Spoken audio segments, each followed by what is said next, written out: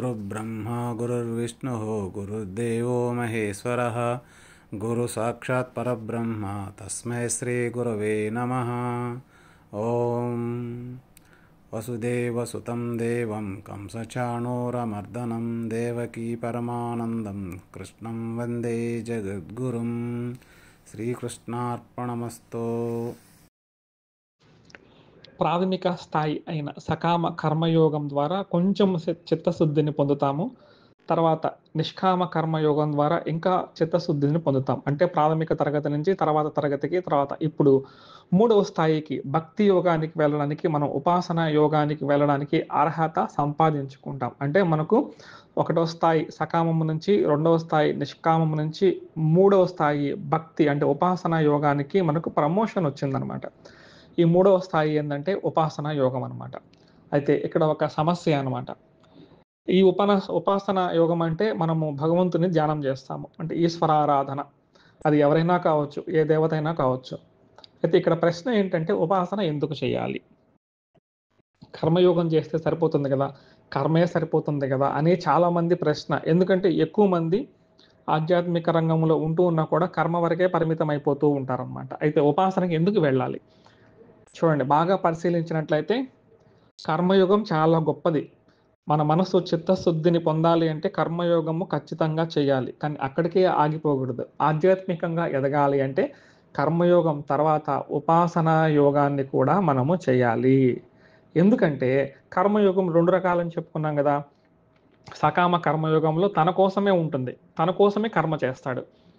నిష్కామ కర్మయోగంలో ఆ లోకం కోసం చేస్తాడు, అంటే తన కోసం చేసిన, లోకం కోసం చేసిన ఇదంతా కర్మ కదా, కర్మలోనే ఉంటుంది కదా. అంటే కర్మల్లోనే కూరుకుపోయి ఉంటారనమాట. అంటే చిత్తశుద్ధి కలుగుతూ ఉంది, అంతవరకే ఆగిపోతారనమాట. అంటే బాగా అంతరార్థం పరిశీలిస్తే మన యొక్క మనస్సు బహిర్ముఖంగా ఉంటుంది, బాహ్యంగానే ఉంటుందన్నమాట. అంటే నిష్కామ కర్మ చేసిన, సకామ కర్మ చేసిన అంతర్ముఖంగా కాకుండా బాహ్యముఖంగానే బహిర్ముఖంగానే ఉంటాము. ఈ బహిర్ముఖంగా ఎప్పుడైతే ఉంటామో ఆత్మజ్ఞానానికి ఆటంకం అవుతూ ఉంటుంది. ఇది ముఖ్యమండి. ఇప్పుడు మనకు భగవద్గీత అనేక వేదశాస్త్రాల్లో ఏం చెప్పబడింది? మోక్షము కావాలి, నీ జీవిత లక్ష్యాన్ని నువ్వు చేరుకోవాలంటే ఖచ్చితంగా ఆత్మజ్ఞానం ఉండాలి, అప్పుడే మోక్షానికి పోతామని చెప్తుంది. అయితే ఈ మోక్షానికి పోవాలంటే ప్రాథమికంగా ఉండే కర్మలలోనే మనం ఆగిపోతే మనకు మోక్షం రాదు కదా. ఉదాహరణగా ఒక ఉద్యోగానికి పోస్ట్ గ్రాడ్యుయేషన్ కావాలి అని చెప్పారనుకోండి. ఇప్పుడు ఇందులో అనేక అంశాలు ఉంటాయి. 7వ తరగతి ఉంటుంది, 10వ తరగతి ఉంటుంది, ఇంటర్మీడియట్ ఉంటుంది, డిగ్రీ ఉంటుంది, తర్వాత పోస్ట్ గ్రాడ్యుయేషన్ అనమాట. ఇప్పుడు 7వ తరగతి అనేది సకామ కర్మ అనుకుంటే దాన్ని దాటేశాం. 10వ తరగతి నిష్కామ కర్మ అనుకుంటే దాన్ని దాటేసాము. కానీ అంతవరకే ఆగిపోతే ఎలా? దాన్ని దాటుకుని ఇంటర్మీడియట్కి వెళ్ళాలి, డిగ్రీకి వెళ్ళాలి, తర్వాత పోస్ట్ గ్రాడ్యుయేషన్కి వెళ్ళాలి. అయితే పోస్ట్ గ్రాడ్యుయేషనే మాకు ముఖ్యము, ఆత్మజ్ఞానమే ముఖ్యము, నాకు 7వ తరగతి అవసరం లేదు, 10వ తరగతి అవసరం లేదనుకుంటే అలా కూడా కుదరదు కదా. 7 పూర్తయితేనే 10కి వెళ్తాము, 10 పూర్తయితేనే ఇంటర్మీడియట్కి వెళ్తాం అనమాట. అంటే ఇవన్నీ స్థాయిలు అనమాట. అంటే జ్ఞానయోగానికి వెళ్ళాలి అనుకుంటే కర్మ అనేది ప్రాథమికంగా మాత్రమే ఉంటుంది. ఈ కర్మలో నీ మనస్సు ఎప్పుడు కూడా బహిర్ముఖంగానే ఉంటుంది. కర్మలో ఎప్పుడు బహిర్ముఖంగానే ఉంటుంది. ఇది చాలా ముఖ్యమైన అంశం అండి, ఇది గుర్తుపెట్టుకోవాలి. కర్మలో ఎలా ఉంటుందంటే మన మనస్సు బాహ్యంగానే ఉంటుంది, కానీ జ్ఞానం ఏంటంటే స్థూల శరీరము, సూక్ష్మ శరీరము, కారణ శరీరము, పంచకోశ వివేకాలు, మనలో ఉండే 24 తత్వాలు తెలుసుకొని వీటికన్నిటికీ అతీతంగా తురియ స్థితిలో ఉన్న ఆత్మతత్వాన్ని తెలుసుకోవాలి. ఇది జ్ఞానం అన్నమాట. అంటే ఇప్పుడు శాస్త్రంలో ఏం చెప్తూ ఉంటుందంటే, ఉదాహరణగా కఠోపనిషత్తు చూస్తే పరాంచికాని వృత్రుణ స్వయంభూ తస్మాత్ పరాంగ్ పశ్యతి నాంతరాత్మాన్. అంటే బాహ్యంగా బహిర్ముఖంగా చూసేవారు ఎప్పటికీ కూడా ఆత్మజ్ఞానాన్ని పొందలేరు అనేసి స్టేట్మెంట్ కఠోపనిషత్తులో. కాబట్టి ఈ బాహ్యంగా ఉండే కర్మల వల్ల చేసే యొక్క కర్మయోగంలో నుంచి ఉపాసన యోగంలోకి రావాలి. ఉపాసనలో ఏమవుతుందంటే మనకు మనసు అంతర్ముఖం అవుతుంది. ఈశ్వరుడిని మనం ఏం చేస్తామంటే మన హృదయంలో ఆవాహన చేసి ధ్యానం చేస్తాము. అంటే మనస్సు ఏమవుతుందంటే అంతర్ముఖంగా పోతుందనమాట. ఈ అంతర్ముఖంగా మనసు ఎందుకు పోవాలి అంటే శాస్త్రాల్లో చెప్పినట్టు బహిర్ముఖంగా చేసే కర్మ మనకు పునర్జన్మ హేతువు అవుతుంది. అంతర్ముఖంగా చేసే ఉపాసన మోక్షానికి హేతు అవుతుంది. ఇది గుర్తుపెట్టుకోవాలి. పరాంచికాని వృణుత స్వయంభూ తస్మాత్ పరాం పశ్యంతి అంతరాత్మ అంటే అంతర్ముఖంగా వెళితేనే నీకు మోక్షానికి వెళ్ళి తర్వాత అవకాశానికి వెళ్ళే వస్తుందనమాట. ఇందులో భాగంగా మొట్టమొదటిది ఏకరూప ఉపాసన.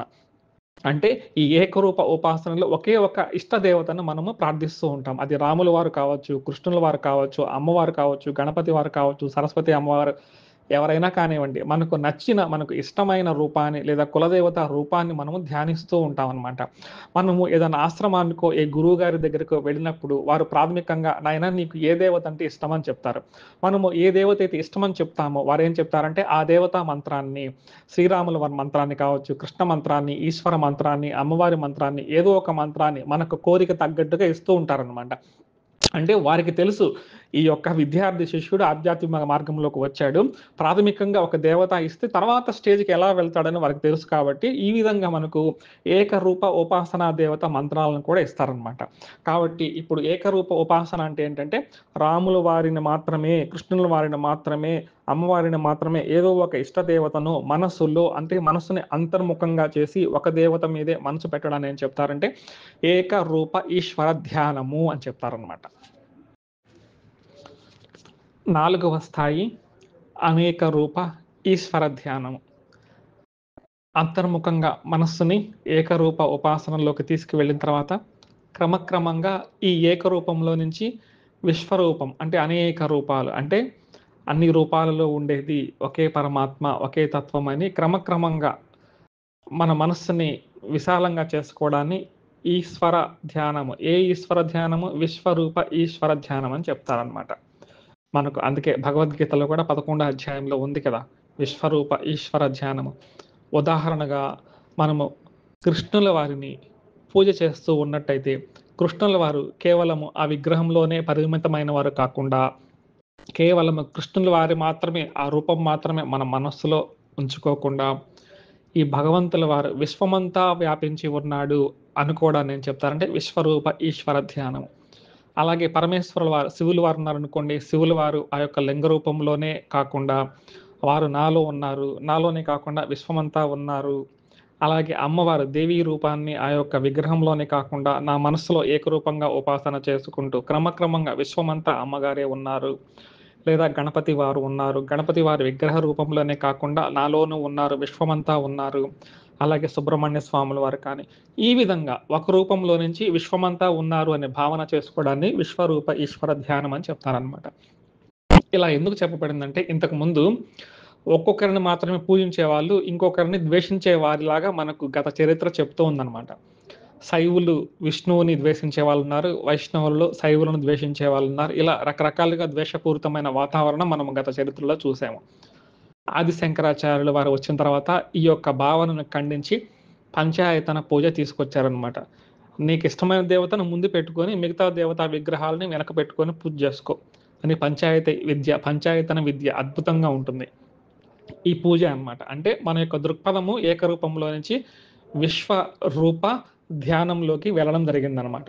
అందుకే మనకు పురాణాల్లో ఒక దేవత గురించి చెప్తూ ఉదాహరణగా కృష్ణుల వారి గురించి అనుకోండి.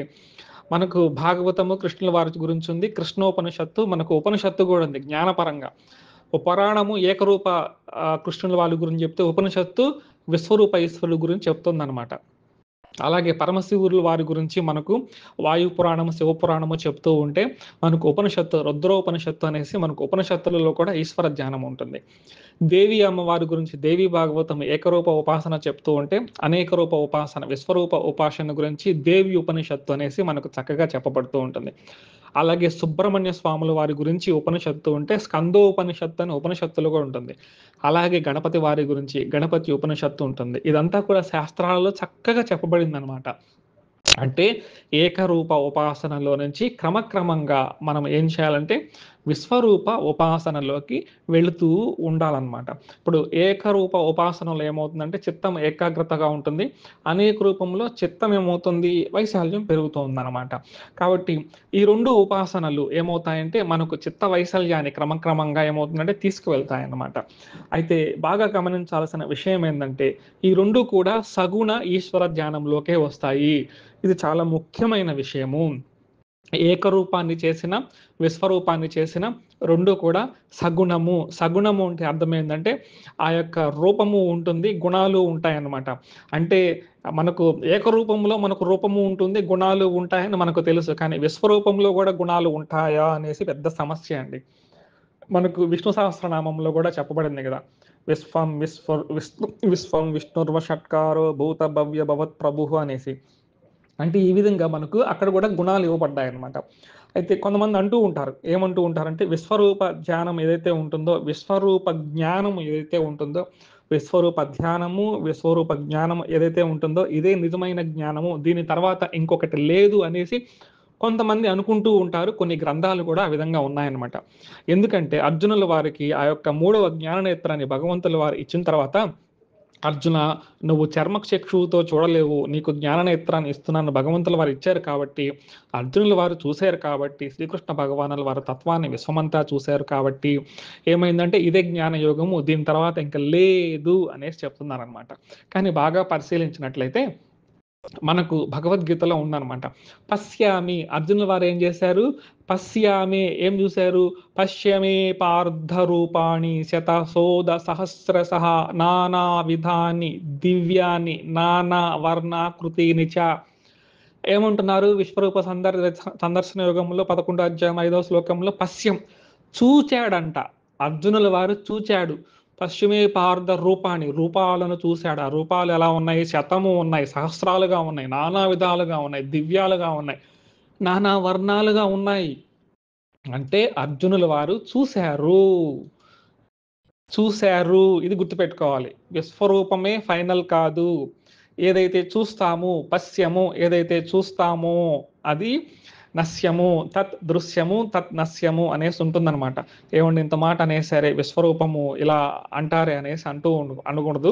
దీనికి చాలా ఉందన్నమాట. పరబ్రహ్మ స్వరూపం ఏదైతే ఉంటుందో మనం ఇంతకుముందు చెప్పుకోమన్నాము. పరబ్రహ్మ యొక్క తత్వం ఏంటనేసి, తర్వాత మాయ, తర్వాత ప్రకృతి, తర్వాత త్రిగుణాలు, పంచభూతాలు చెప్పుకున్నాం అనమాట. ఈ యొక్క విరాట్ రూపం ఏదైతే ఉంటుందో దీని తర్వాత కూడా పరబ్రహ్మ తత్వం ఉంటుందన్నమాట. అందుకే భగవద్గీతలో అర్జునుల వారు ఏం చెప్పారు?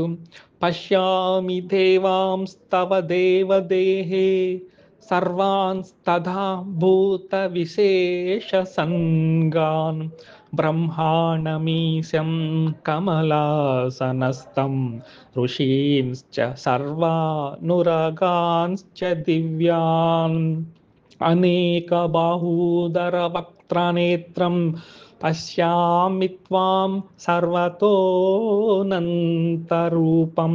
నాంతం న మధ్యం న పునస్తవాదిం పశ్యామి విశ్వేశ్వర విశ్వరూపా తంష్ట్రాకరాళాని చ తే ముఖాని దృష్ట్వైవ సాలానలసన్నిభాని దిశో న జానే న లభే చ శర్మ ప్రసీద దేవేశ జగన్నివాస. ఇక్కడ చూసినట్లయితే పశ్యామి ఆయన చూశాడు భూత విశేష సంఘాలని అన్నిటినీ చూశాడనమాట. అనేక బాహుధర భక్త నేత్రం, ఇది విశ్వరూప ధ్యానాన్ని చూశాడనమాట. కాబట్టి చూస్తే ఏదైతే చూస్తామో అది మనకు ఫైనల్ గమ్యం కాదనమాట, చివరి గమ్యం కాదనమాట. పరబ్రహ్మతత్వం ఏదైతే ఉంటుందో అది మాటతో వాక్కుతో వర్ణించలేము.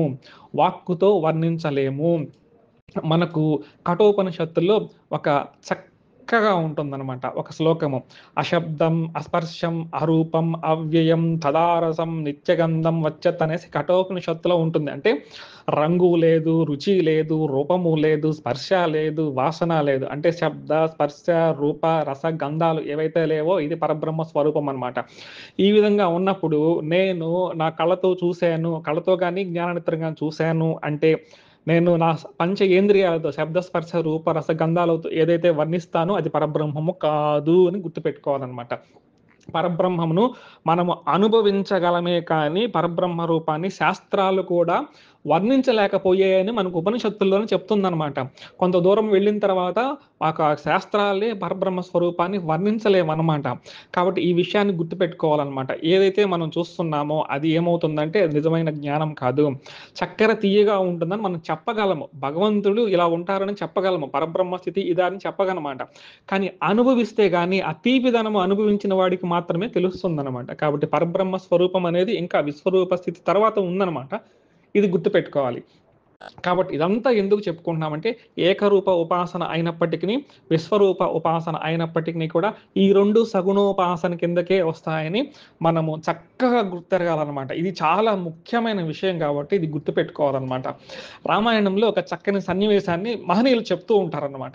ఇది మనకు ఏకాండలో ఉంది. ఇవన్నీ కాకుండా పెద్దలు చెప్పారు కాబట్టి ఇది కొంచెం గ్రహిస్తే బాగుంటుంది. అరణ్యవాసంలో శ్రీరాముల వారు లక్ష్మణుల వారు అమ్మవారు పోయినప్పుడు జానకి అమ్మవారు ఒక మునిపల్లెకి పోతారంట.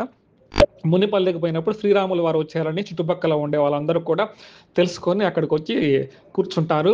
స్త్రీలలో అమ్మవారు సీతమ్మవారు కూర్చున్నప్పుడు వాళ్ళు అడుగుతారనమాట శ్రీరాముల వారు ఎవరనేసి. ఎందుకంటే శ్రీరాముల వారు ముని వేషధారణలో ఉన్నారు కాబట్టి ఎక్కడ తెలుసుకోవడానికి అందరూ ఒకే రకంగా ఉంటారు కాబట్టి శ్రీరాముల వారు ఎవరు అనేసి సీతమ్మ వారిని అడుగుతారనమాట.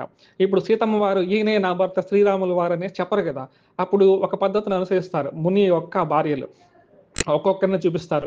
ఈయన శ్రీరాముల వారా అని అడుగుతారనమాట. సీతమ్మ వారు కాదు. ఈయన ఇంకొకరిని చూపిస్తారు. ఈయన శ్రీరాముల వారా కాదు. ఈయన శ్రీరాముల వారా కాదు. చివరిగా ఇలా ఒక్కొక్కరిని దాటుకుంటూ ఎప్పుడైతే శ్రీరాముల వారిని గురించి చూపిస్తారో ఆ మునిపత్నులు సీతమ్మ వారు మౌనంగా సిగ్గుపడుతూ ఉండిపోతారనమాట. అప్పుడు వాళ్ళు అర్థం చేసుకుంటారు, ఓహో ఈయనే శ్రీరాముల వారు అనేసి అనమాట. అంటే ఏదైతే నిజతత్వాన్ని మనం ఎరుగుతామో ఆ క్షణంలో పరబ్రహ్మ తత్వాన్ని మనం అనుభవపూర్వకంగా తెలుసుకోగలమే కానీ వాక్కుతో వర్ణించలేము. వాక్కుతో వర్ణించలేకపోయినా ఒక పద్ధతి మనకు శాస్త్రంలో ఉంటుంది. సాంఖ్యయోగంలో ఉంటుందన్నమాట. కర్మేంద్రియాలు 5 నువ్వు కాదు, జ్ఞానేంద్రియాలు 5 నువ్వు కాదు, ఒక పంచభూతాలు పంచ ప్రాణాలు నువ్వు కాదు, శబ్దస్పర్శ రూపరసగంధాలు నువ్వు కాదు, మనస్సు బుద్ధి చిత్తము అహంకారం నువ్వు కాదు, పంచకోశాలు నువ్వు కాదు, సూక్ష్మ శరీరము నువ్వు కాదు, స్థూల శరీరము నువ్వు కాదు, కారణ శరీరం నువ్వు కాదు, నేతి నా ఇతి నేతి నేతి నేతి అనేసి శాస్త్రవాక్యాల్లో చెప్తూ ఉంటాయి. సీతమ్మ వారు ఏ విధంగా ఇది కాదు ఇది కాదు ఇది కాదు అని చెప్పారో ఈ యొక్క నేతి ఇది నేను కాదు ఇది కాదు అని తెలుసుకొని చివరిగా పరబ్రహ్మ స్వరూపం ఏదైతే ఉంటుందో ఎప్పుడు అనుభవం చేసుకుంటే అక్కడ మాటలు లేవన్నమాట. అనుభవంలోకి మాత్రమే వస్తుందన్నమాట. కాబట్టి ఇదంతా ఎందుకు చెప్పుకున్నామంటే విశ్వరూప సందర్శన యోగం ఏదైతే ఉంటుందో ఇది మనకు ఫైనల్ కాదు. ఇది కూడా సగుణోపాసన కిందకే వస్తుంది. ఇది చాలా గుర్తుపెట్టుకోవాలి. జ్ఞాన యోగము 7వ తరగతి అయిన సకామములో నుంచి 10వ తరగతి అయిన నిష్కామంలోకి వచ్చాము. ఇంటర్మీడియట్ అయిన ఏకరూప ఉపాసనలోకి వెళ్ళాము. డిగ్రీ లాంటి విశ్వరూప ఉపాసనలోకి వెళ్ళాము. ఇంకా మన ఉద్యోగ ప్రాప్తికి పోస్ట్ గ్రాడ్యుయేషన్ ఒకటే మిగిలిందనమాట. అంటే పోస్ట్ గ్రాడ్యుయేషన్ ఒక ఉద్యోగానికి అర్హతగా నిర్ణయించారు కాబట్టి అలాగే జ్ఞానయోగము చివరిది జ్ఞానయోగం అనమాట. ఈ జ్ఞానయోగాన్ని పొందిన వారికే మోక్షం అనేది లభ్యమవుతూ ఉంటుందన్నమాట. జ్ఞాన యోగము అంటే నిర్గుణ తత్వము. రూపము లేదు, క్రియ లేదు, నామము లేదు. అంటే నిర్గుణ ఈశ్వర పరబ్రహ్మము. మనము ఇంతవరకు తెలుసుకుంది సగుణ ఈశ్వరుడిని అనమాట. మనకు 7వ అధ్యాయంలో కూడా వస్తుంటుంది అపరాప్రకృతి అనేసి పరాప్రకృతి అని 2 పేర్లు వస్తుంటాయి అనమాట. అంటే సగుణంగా ఏదైతే ఉంటుందో ఏకరూపం కానీ విశ్వరూపం కానీ అపరాప్రకృతి అంటాము. నిర్గుణంలో ఏవైతే ఉంటుందో పరాప్రకృతి అని చెప్తాం అనమాట. అంటే మనకు ఈ 4 స్థాయిల వరకు అపరాప్రకృతి రూప ధ్యానమే ఉంటుంది. 5వ స్థాయి ఏముంటుందంటే జ్ఞాన యోగము అని ఉంటుందన్నమాట. మనకు భగవద్గీతలో పలుమార్లు ఒకసారి కాదు ఎన్నిసార్లు చెప్పడం జరిగిందో జ్ఞాన యోగం గురించి అనమాట. మోక్షము పొందాలంటే జ్ఞానాన్ని సంపాదించుకోవాలి అని పలుమార్లు భగవద్గీతలో 1 కాదు 2 సార్లు ఎన్నో మార్లు చెప్పబడింది అనమాట. అయితే ఈ జ్ఞాన యోగాన్ని మనము ఖచ్చితంగా సాధించుకోవాలంటే మనకు 3 విషయాలు ఇంతకు ముందే చర్చించుకోమన్నాము. శ్రవణము, మననము, నిధిధ్యాసనము అనేసి మనం ఇంతకుముందు చెప్పుకున్నాం. ఒక గురువు గారి దగ్గర క్రమ పద్ధతిలో జ్ఞానాన్ని తెలుసుకోవాలి. ఆ గురువు గారు శ్రోత్రియుడు అయి ఉండాలి, బ్రహ్మనిష్టాపరుడు అయి ఉండాలన్నమాట. అంటే చక్కగా అర్థమయ్యేటట్టు బోధించే వారై ఉండాలి. అంటే బ్రహ్మతత్వం ఆత్మతత్వాన్ని చక్కగా బోధించే గురువు దగ్గరికే వెళ్ళి మీరేం చేయాలంటే తద్విద్ది ప్రణిపాతేన పరిప్రశ్నేన సేవయ, ఈ విధంగా ఆ యొక్క జ్ఞానాన్ని వినాలన్నమాట మొట్టమొదటగా. తర్వాత ఏమవుతుందంటే వినగా వినగా సగుణ బ్రహ్మ నుంచి నిర్గుణ బ్రహ్మలోకి వెళ్తాం. సగుణ బ్రహ్మలో ఏముంటుంది? ద్వైత భావన, నేను వేరు భగవంతుడు వేరు అనేసి భావన ఉంటుంది. నిర్గుణ బ్రహ్మలో ఏముంటుంది? అద్వైత భావన, ఆ పరమాత్మ నాలోనే ఉన్నాడు, అహం బ్రహ్మాస్మి అనేది నిర్గుణ భావన అనమాట. ఈ విధంగా వింటాం. ఫస్ట్ గురువు గారి దగ్గర నుంచి శ్రవణం చేస్తాం, తర్వాత మననం చేస్తాము. ఓహో, గురువు గారు ఏం చెప్పారో దాన్ని చక్కగా మనసుకు అర్థమయ్యేటట్టు మరలా మరలా సాధన చేసి మననం చేసుకుంటూ ఉంటాం అనమాట. నిధిధ్యాసనము అంటే ఈ యొక్క చక్కగా గురువు గారు చెప్పింది అనుభవంలోకి తెచ్చుకుంటాం అనమాట. కాబట్టి జ్ఞాన యోగం అనేసి మహనీయులు ఏం చెప్తారంటే శ్రవణము ప్లస్ మననము ప్లస్ నిధిధ్యాసనము ఈజ్ ఈక్వల్ టు జ్ఞానయోగం అనేసి శాస్త్రాలలో పెద్దలు చెప్తారు. శ్రవణ మన నిధిధ్యాసనని కలిపి జ్ఞానయోగము, జ్ఞానయోగమే అక్షర ఉపాసన, పరబ్రహ్మ ఉపాసన అనేసి మనకు చక్కగా చెప్తూ ఉంటారనమాట. మనకు భగవద్గీతలో చూస్తే మొదటి షట్కము 6 షట్కాలు ఉంటాయి. కర్మయోగము ఇది ఏంటంటే శ్రవణం లాంటిది అనుకోవచ్చు. తర్వాత 6 షట్కాలు ఉపాసన యోగం మననం లాంటిది అనుకోవచ్చు. తర్వాత 6 షట్కాలు నిధిధ్యాసనం లాంటిది అనుకోవచ్చు. మొదటి షట్కంలో తత్పదార్థాన్ని గురువు గారు చెప్తూ ఉంటారు. అంటే నువ్వే పరబ్రహ్మం నాయనా అని శ్రవణం ద్వారా చెప్తూ ఉంటారు. మనం వింటామన్నమాట. రెండవది త్వం పదార్థము, మననం చేస్తామన్నమాట. నేనే పరబ్రహ్మంని ఎలా అయి ఉన్నాను అనేసి శిష్యుడు మననం చేస్తూ ఉంటాడు. చివరగా గురువుగారు చెప్పినట్టు అసి అంటే నేనే ఆ పరబ్రహ్మని అని చివరకు అయమాత్మ బ్రహ్మ అహం బ్రహ్మాస్మి స్థితికి వస్తాడనమాట. భగవద్గీత బోధించేదంతా ఇదే, తత్వము అసి. గురువుగారు ద్వారా శ్రవణము, తర్వాత మననము, తర్వాత నిధిధ్యాసము, తత్వం అసి నీవే పరబ్రహ్మం అయి ఉన్నాను అని గురువుగారు చెప్తే చివరగా శిష్యుడు అహం బ్రహ్మాస్మి అనే స్థితికి వస్తాడనమాట. కాబట్టి ఈ 18 అధ్యాయాలలో ఉన్న సారం ఏదైతే ఉంటుందో అంతా సారము మనకు భక్తి యోగంలో వస్తుందండి. కాబట్టి ఇది చక్కగా మనము గుర్తుపెట్టుకోవాలి. ఫైనల్గా మనము భక్తి యోగం అంటే తెలుసుకున్నామంటే ఈ కర్మయోగము ప్లస్ ఉపాసనా యోగము, తర్వాత జ్ఞాన యోగం అని చెప్పుకున్నాము. కర్మయోగంలో 2 భాగాలు చెప్పుకున్నాము, సకామ కర్మము, నిష్కామ కర్మము. ఉపాసనల్లో ఏకరూప ఉపాసనము, అనేక రూప లేదా విశ్వరూప ఉపాసన చెప్పుకున్నాము. చివరిది జ్ఞానము. జ్ఞానం సంపాదించుకుంటే కానీ మనకు మోక్షము ఉండదన్నమాట. అయితే ఇక్కడ ఒక చక్కని ప్రశ్న రావచ్చండి, ఒక అవకాశం ఉంది. కొంతమంది ఆలోచన చేస్తారు, మీకు రాకపోయినా ఆ ప్రశ్న నేనే వేస్తాను. సగుణ రూప ఉపాసనలో మోక్షం లేదా? ఇప్పుడు ఎంతో మంది భక్తుల చరిత్రలు మనం చూస్తూ ఉంటాం కదా, వీరందరూ కూడా చక్కగా భక్తిని పాటించి మోక్షానికి పోయారు కదా అని అనుకుంటూ ఉంటాం అనమాట. ఇది నిజమే. చక్కగా అనన్య భక్తి, అనన్యాశ్చింతయంతో మాం, అనన్యమైన భక్తి చేత ఎవరైతే భక్తుడు భగవంతునిలో ఉంటారో భగవంతుల వారు ఏం చేస్తారంటే క్రమముక్తిని ఇస్తారనమాట. క్రమంగా అంటే ఒక్కొక్క లోకాన్ని దాటుకుంటూ వెళ్ళి చివరికి సత్యలోకాన్ని చేరుకుంటారు. సత్యలోకంలో ఆ యొక్క హిరణ్య గర్భుడైనటువంటి ఒక చతుర్ముఖ బ్రహ్మ గారు ఆయనకి చక్కగా ఒక కల్పాంతము తన దగ్గర ఉంచుకొని అక్కడ అనేక సుఖభోగాలు కూడా ఉంటాయి. అక్కడ మంచి ఫ్లెక్సిబిలిటీస్ కూడా ఉంటాయన్నమాట. ఆత్మవిద్యను అక్కడ చతుర్ముఖ బ్రహ్మగారు మన చేత బోధింప చేసి ఆయన ముక్తికి తీసుకువెళ్తాడనమాట. ఈ విధంగా ముక్తికి వెళ్ళినప్పుడు 4 రకాల ముక్తులు ఉంటాయనేసి మనము శాస్త్రాలలో చూసామన్నమాట. సాలోక్యము, సామీప్యము, సారూప్యము, సాయుజ్యము అని 4 ఉంటాయి. ఇప్పుడు సాలోకము ఒక రకమైన ముక్తి. కష్టపడి మనము లోకానికి వెళ్ళాం. ఉదాహరణకు విష్ణు లోకానికి వెళ్ళాం, దీన్ని సాలోక్యము అంటారు. ఇప్పుడు సామీప్యము, లోకంలో ఉన్నామన్నమాట, దగ్గరికి పోలేదు. ఇప్పుడు సామీప్యం, దగ్గరికి వెళ్ళి విష్ణు భగవానుల వారిని చూస్తూ ఉంటాము, ఆయనకు జరిగే సేవలన్నీ కూడా చూస్తూ ఉంటాము. సారూప్యము అంటే విష్ణు భగవానులాగా ఆ లోకంలో మనకు కొన్ని ఫెసిలిటీస్ లభిస్తాయని, మనకు 4 చేతులు వస్తాయి అంటే ఆయన ఎలా ఉన్నారో ఆయనకి నకలు మాదిరిగా అటువంటి మాదిరిగా ఉంటాం అన్నమాట. అంటే ఈ యొక్క 3 విషయాలు ఉంటాయి, సాలోకము, సారూప్యము, సామీప్యము. ఆయనకి భగవంతుడికి దూరంగానే ఉంటాము. చివరిది ఏంటంటే సాయుధ్యం అనమాట. సాయుధ్యం అంటే భగవంతుడిలో కలిసిపోవడం అనమాట. ఇప్పుడు భక్తి యోగం ద్వారా ఎవరైతే సగుణ ఈశ్వర ధ్యానం ద్వారా విష్ణులోకంకి వెళ్తారో ఓకే, అక్కడ ఉండొచ్చు. అందులో కేటగిరీస్ ఉన్నాయి కదా, ఆ లోకంలో ఉండొచ్చు, ఆయనకి దగ్గరగా ఉండొచ్చు, ఆయన రూపంలో ఉండొచ్చు, ఆయనలో కలవలేదు కదా, ఇది ఎప్పటికైనా ప్రమాదమే అనమాట. ప్రమాదం అంటే కొన్ని కండిషన్స్లో, కొన్ని ప్రత్యేక సందర్భాలలో కూడా ఈ యొక్క ఆ స్థితి నుంచి చ్యుతులమైపోతాము. జయ విజయులు విష్ణు లోకంలో ద్వారపాలకులుగా ఉన్నప్పటికీ కూడా చ్యుతి పొందారు కదా. సనక సనందల వారి శాపాన్ని ఇస్తే రాక్షసులుగా పుట్టారు కదా! కాబట్టి విష్ణులోకం పోయినంత మాత్రాన, భగవంతునికి దూరంగా ఉన్నంత మాత్రాన అది గొప్ప స్థితి అయినప్పటికీ ఎప్పుడో ఒకసారి మనకు ఆ చ్యుతి అనేది లభిస్తూ ఉంటుందన్నమాట. ఈ మధ్య కాలంలోనే గురువులు శ్రీ సిద్ధేశ్వరానంద భారతి స్వాముల వారు గురుదేవులు చెప్పిన ఒక చక్కని కథ గుర్తు చేసుకుంటున్నాను.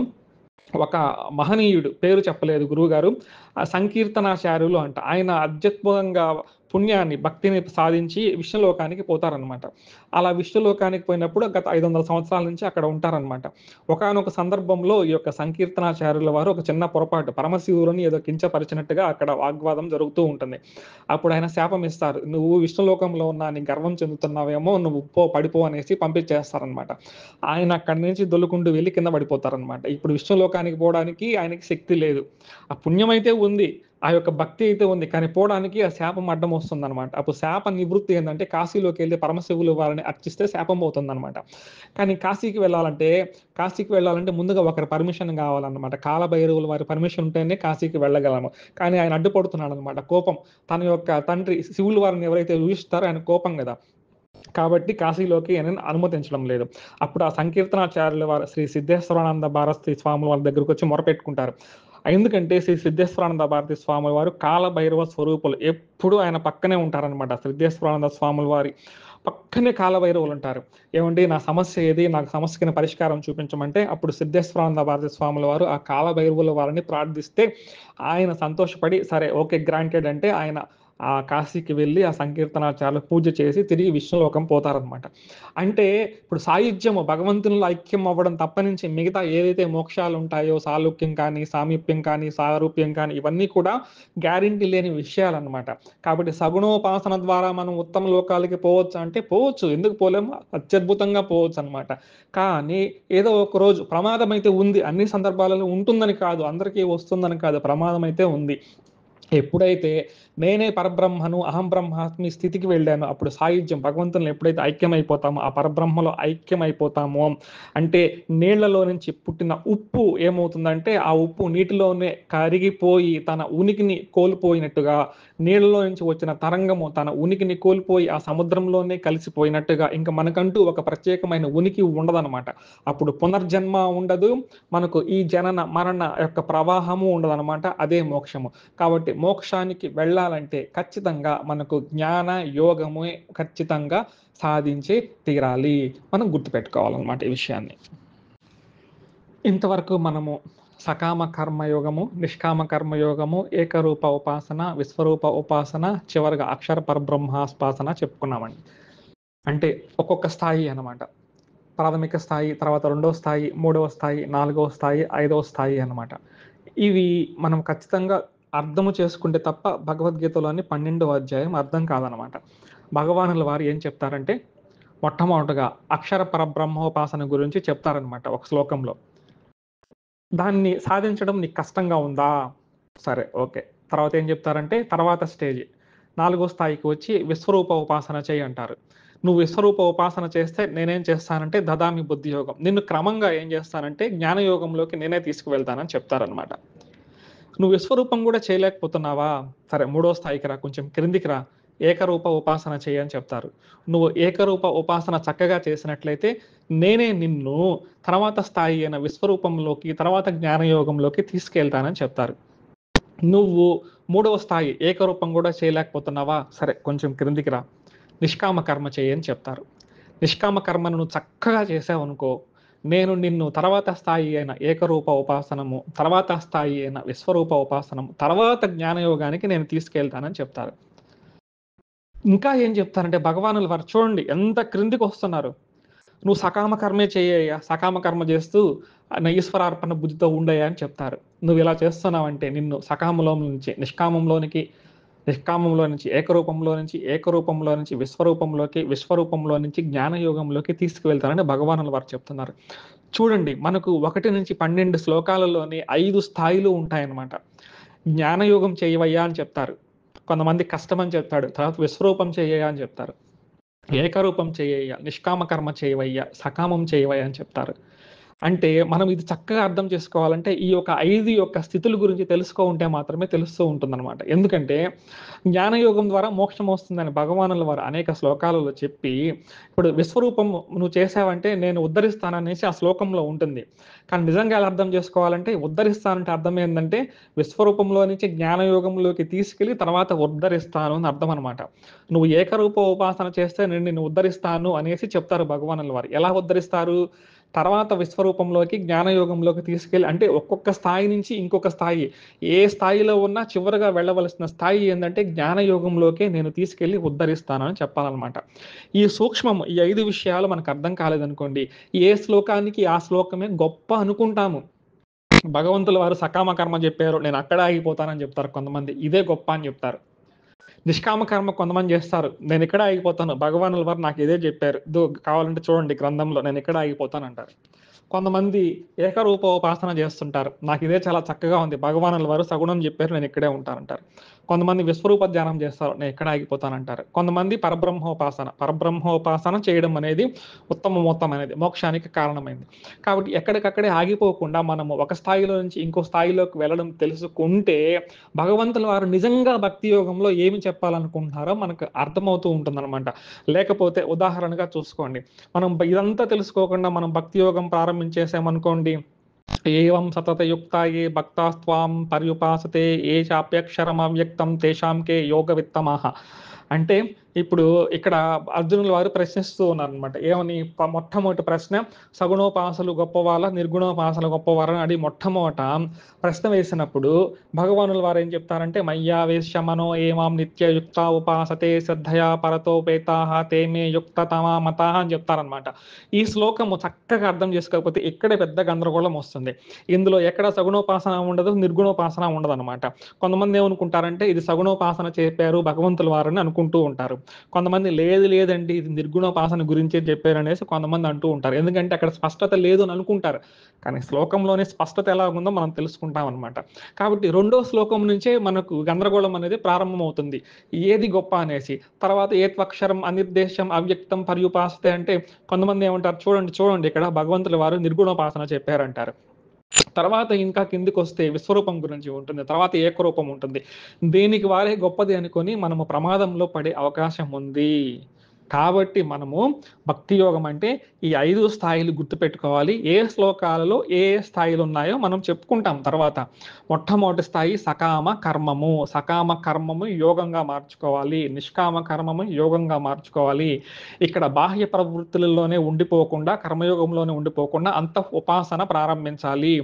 అంతః ఉపాసన ఏకరూపంగా ఉంటుంది. నీ లోపల ఉండే ఏకరూప ఉపాసుడు విశ్వమంతా ఉన్నాడనేసి విశ్వరూప ఉపాసన చేయాలి. చివరగా అక్షర పరబ్రహ్మోపాసనలో అహం బ్రహ్మాస్మి స్థితికి వస్తే మోక్షం వస్తుందండి. ఎంత ఉంది చూడండి భక్తి యోగము. మనము 20 శ్లోకాలే కదే అనుకుంటాము. 20 శ్లోకాలే కదా అనుకుంటే చూడండి వేదాల సారము, ఉపనిషత్తుల సారము, గీతా సారము, ఉపనిషత్తులు మొత్తం ఇందులోనే ఉందండి.